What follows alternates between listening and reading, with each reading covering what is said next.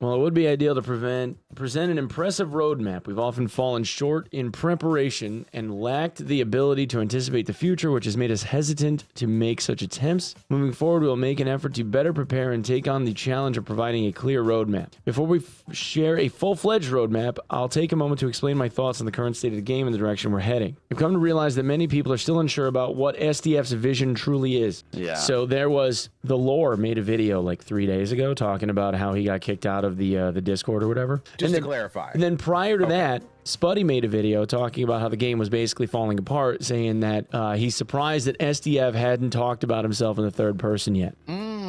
And although I believed I had already explained things from various angles, I've come to realize that many people are still unsure about what SDF's vision truly is. We've talked about ourselves in the third person. We fundamentally don't chase after currently successful formulas or create games specifically for target audiences we don't fully understand just because that audience is large. The simple and honest reason is that we're not particularly good at developing games in that way. I mean, I would argue at the moment they're not particularly good at designing a game at all, regardless of the method. Yeah, it's because he's making a game for himself, which is okay if the game is good, but it's it's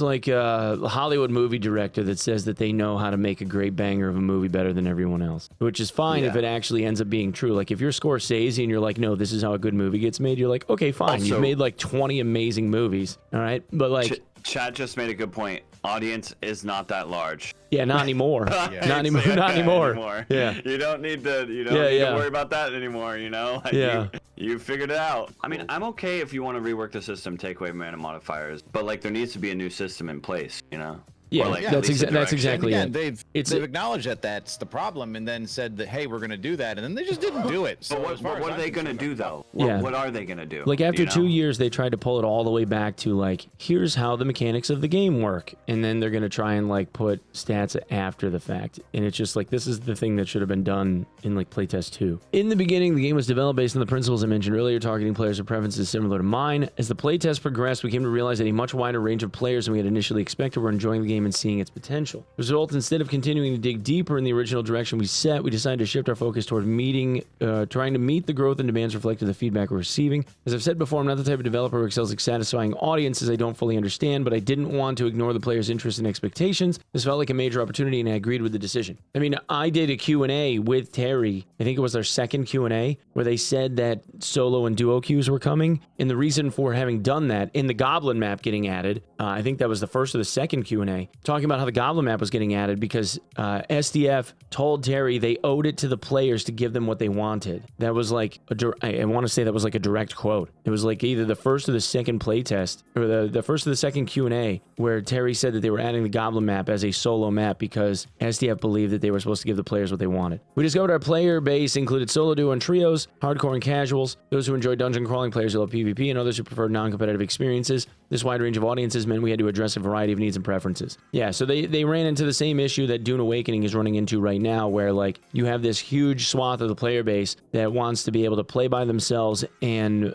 do PvE primary content, and they're trying to incorporate all of that along with like the PvP side of things, and they are running up against the same problem in that you can't really successfully make a game that's going to satisfy both and still give everybody the same core game loop. It doesn't really work. Because we wanted to quickly build a structure that could satisfy these different groups to at least a certain degree, we ended up making a series of shallow choices and going through countless trial and error. The result, development often felt like a series of reactions to the moment rather than deliberate long-term planning. I think we could all agree with that. In truth, we wanted to invest time building deeper content that would support long-term gameplay cycles, things like training systems, personal housing, and guilds. But the shallow systems we created early on became tangled together like a chimera, so we spent an overwhelming amount of time testing and tuning and testing them instead. Honestly, if I'm gonna saying this, like the training system, meaning the talent tree, should be something that gets prioritized for generating whatever in this game. It's too shallow of a game in terms of customizability of character and how that gets played than what the game would look like with something like this in it. The reason why a game like Path of Exile has withstood the test of time is because people think outside the box and they end up generating insane, crazy builds between the skill usage options that they have and then all of the talents that they have to pick on that massive tree. And yeah, it creates balance problems and they're constantly rebalancing it. But this is one of the huge huge draws that people have. The personal housing and guild thing, I can understand people wanting that stuff. The guild side of things probably is even easier because you could literally just give people a chat channel and it would be almost nothing. But on the side of like the personal housing and like all the teasers for like meeting spaces and all that shit, that stuff should be so far down the fucking line. Just put it way out on the back burner and just make a good game first. Like all of that cosmetic bullshit and social stuff can be put in way later. Like that should be 2 years from now. But I mean, that's just me. I just want it, like, I think games should be mechanics first, visuals second, and then all the social shit should be third. But when we introduced the random modifier system, I personally had a lot of concerns. I wanted to realize the fantasy of creating powerful synergy-based builds, those seen in roguelike games, and playing the game through that lens. That's why we decided to test the system during playtests. In the early stages, it was actually possible to create Superman builds with extraordinary damage, health, and movement speed, weapon damage, true damage, additional damage values are extremely high. Despite the presence of powerful options like all attributes on multiple gear pieces, the time to kill remained short enough. With the right setup, players could strategically take on multiple opponents. At the time, the combat seemed promising. Well, until you started seeing buff ball comps where guys had 40 agility before dexterity was even in the game. Then you had 40 and 45 and 50 agility clerics and barbarians that were just running down people and warmaul swings, full move speed. They were like 350 MS, 400 MS, and swinging a warmaul like it was a dagger. But yeah, not all players enjoyed this structure. In the community, there was considerable backlash against the one-tap meta. Many asked for longer time to kill. Some of that feedback stemmed from the gear gap, which often resulted in public stomping. At the time, we wanted to listen to the players and try to improve things in the direction they were asking for. Terry believed from the beginning that random modifiers were inherently difficult to balance and ultimately needed to be removed. I initially disagreed as I supported the random modifier system. I eventually came to the same conclusion. Unless we made every player into a glass cannon, there was no way to provide a meaningful sense of hope when faced with a gear gap. Would ideal combat really emerge if we changed the structure this way? So we gradually limited the impact of overly powerful modifiers, reduced the overall influence of random modifiers, and evolved the system to increase time to kill. Couldn't fully let go of the original idea of powerful synergy-based builds. That's why there were times when all attributes made a return, leading to seemingly contradictory updates. They were the result of two conflicting design philosophies clashing with each other. Yeah, mom and dad, meaning Terry and SDF, were fighting, and we were like the kids in the divorce, and it was like Terry's or SDF's weekend with us, depending on the... In any case, the results of the recent structure shifted to one where PvP is no longer decided by just one or two mistakes, but instead through multiple exchanges. Even the small differences in gear now feel much more significant. Class-based rock, paper, scissors matchups have become harder to overcome, and winning while outnumbered has become virtually impossible. Competing at high level requires a significant time investment. Levering up your skills takes a long time. Without a highly skilled trio party, grinding and preparing the necessary gear also demands a lot of effort. I came to believe the structure hurt player accessibility and would ultimately hinder the game's long-term growth, so we made the bold decision to rework the structure entirely. That was patch 69. Lack of proper explanation, the poor timing of implementing such changes, the intended message wasn't clearly communicated, and the patch caused unintended side effects. I sincerely apologize again for that. My inconsistent decisions and shallow responses to feedback from various types of players have led to the current state of the game, and now I believe this outcome is not ideal. It was entirely my mistake, and I will not repeat it again. From now on, I will move forward with clear focus toward the final vision we have for the game. This does not mean I will stop listening to player feedback. It means that I want to stay true to the direction we're aiming for, filtering feedback through that lens without being easily swayed. To put our future direction more simply. So this just makes it sound like I'm going to read it, but I'm just going to do my thing. That sounds like me when people are like, can I request a song? And I'm like, yeah, you can request anything you want. I'm not going to do it, but you can request whatever you like. We'll move away from the current model where investing time makes a player character increasingly powerful and instead shift toward a model where players become increasingly wealthy. Of course, players who invest time will still feel a certain amount of growth, of power growth and advantage, but I want to ensure that opponents never feel completely hopeless when facing them. So like philosophically, I tend to agree with the philosophy behind what he's saying. Like time in the game typically equates to how much familiarity, I guess I should say, in the game typically equates to like how well you have a tendency to navigate certain interactions, right? Like if you fought the Nightmare Centaur 20 times, it's very likely that you will beat the Nightmare Centaur without being hit, right? Or if you get hit, it's pretty rare. If you fought the same, like, you know, wizard, barbarian, bard comp several times over, you start to learn how to combat that in some kind of a way if you have like a halfway decent 3-man. So there is some truth to that. Like time in the game typically equates to like win rate. But then it comes down to like individual like player ability and game sense and all those other things that make people halfway decent, like shooting games or, you know, any competitive environment style of like game in general, right? So philosophically, I tend to agree with the idea of like, just because somebody doesn't have the ability to like live in the game doesn't mean that they're unskilled.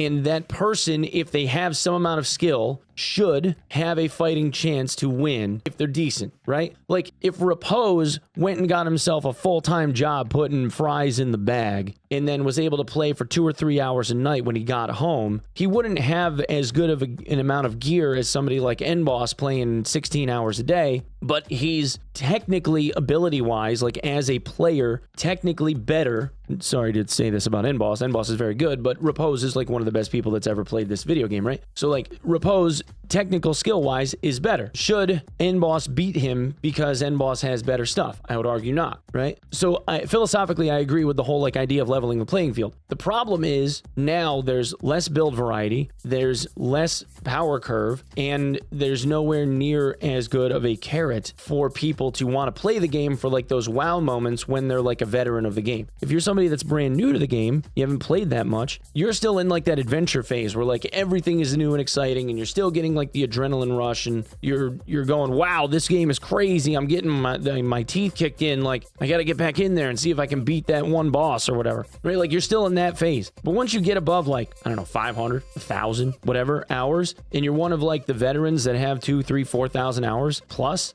you get to the point where it's more about like, all right, I beat these guys. What do they have on them? And then you start looking through their inventories, and when they don't have anything that's worth looting, and even now when you see a unique, you're just like, wow, I got 5 stat points. That's crazy. And then like you just move on with your day. Yeah, it's not as much of a draw for like the OGs. And that's kind of the issue. And what they need to do, the focus now should be on like roping in the really overpowered damage numbers that are coming from stuff that will 2-shot and 1-shot, like big 2-handed weapons, crossbows, windlass crossbows, longbows, like all of that shit, absolutely decimating people in like 1 to 2 hits because HP pools are so low. They need to rope that shit in, and then from there they need to start working on like what's going to entice the guys that have a lot of hours in the game to want to keep coming back and playing this, because that's your player base, like that's your core. You need those guys to want to keep coming back and playing the video game. Otherwise the game's gonna fucking die, because you're only gonna see a handful of people trickling in now until it gets to the point where like you have a whole lot more shit going on. There needs to be a lot more build variants and a lot more theory crafting, because if